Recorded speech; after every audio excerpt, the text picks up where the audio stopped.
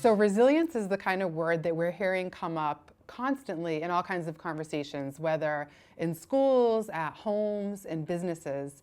And it's become almost a buzzword. And what I want to help you understand is what it is from sort of that scholarly side of things. So you can think about how you could apply the definition to create something called career resilience, the ability to sustain yourself through the complexity in our modern world, the ability to be able to stay well and do well. So resilience is, by definition, a process. It's a process of adaptation through adversity that allows us to endure particular hardships and be able to keep persevering, to be able to kind of bounce back. You've probably heard that kind of way that it's been framed before. And I also want to share some of the ways in which we think about resilience that sometimes limit us. Sometimes we think, we're either born with resilience or we're not. And that really kind of connects with what we call trait-based theories of resilience, which is just a way of saying, again, we think it's sort of like a personal characteristic or a quality that we possess, or again, something that we've inherited. What we understand now from modern brain science and from the literature is that resilience is truly something that can be cultivated.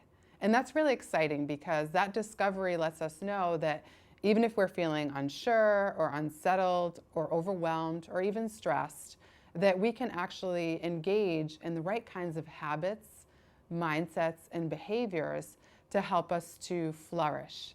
And in positive psychology, we talk a lot about flourishing, which is just a way of saying that we're able to not only sort of have this way of enduring through things, but actually we can manifest great things in our lives. We can enjoy life, we can be present, and we can sort of be in a place where we're positioned to set goals and reach them in a sustainable way.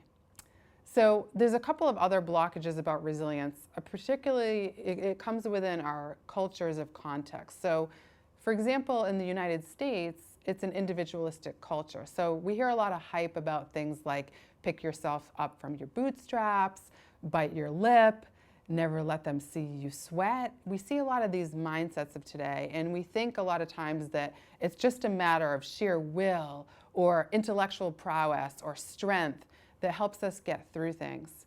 But what that often causes us to do is to see it narrowly and not to look beyond our own mindsets, our own individual thoughts or feelings, and to look on a broader scale. So one of the things that's really important when we think about resilience is that it happens within a context. So as a person, as you think about your own resilience, it's important to look at our hypercompetitive market, to think about the conditions of today that are really bearing down on all of us in very dramatic ways, really. We are expected to do the work of multiple people. We're juggling a lot of balls. There's a lot of pressure. There's unprecedented opportunities. But that sometimes can cause a lot of anxiety. And in fact, they're calling this the age of anxiety. So it's important to look at how the systems of life are bearing down upon us so that we're recognizing that it's not just a moral failing on our part or a sign of weakness when we're struggling, but it's a condition of today. And in fact, the World Health Organization has said that burnout has become an occupational risk of today. It's a reality, and sometimes it's even being called the new normal.